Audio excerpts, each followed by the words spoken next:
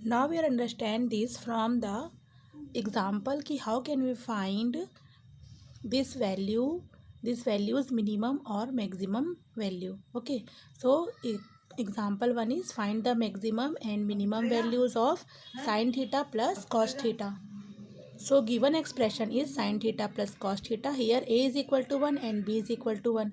Why we are saying this? Because when we compare this equation or this question with this equation, which is a sin theta plus B cos theta, so coefficient of sine theta is A. यहाँ पे sine theta का जो coefficient है वो कुछ भी नहीं है, इट मीन्स यहाँ पे क्या है 1.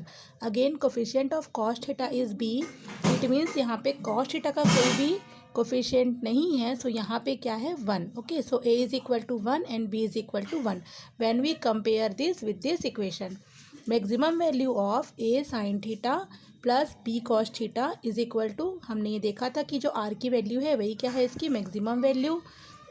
So for find the maximum value, ये क्या है, ये मैक्सिमम वैल्यू थी जो हमने अभी यहाँ पे देखी. Maximum value of this equation is root over A square plus B square.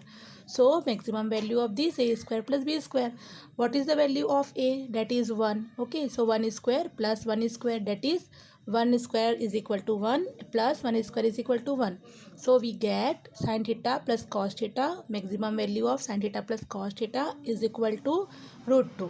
And minimum value हमने क्या देखी थी? minimum value, this is the minimum value and which is minus root over a square plus b square. So it is minus root 2.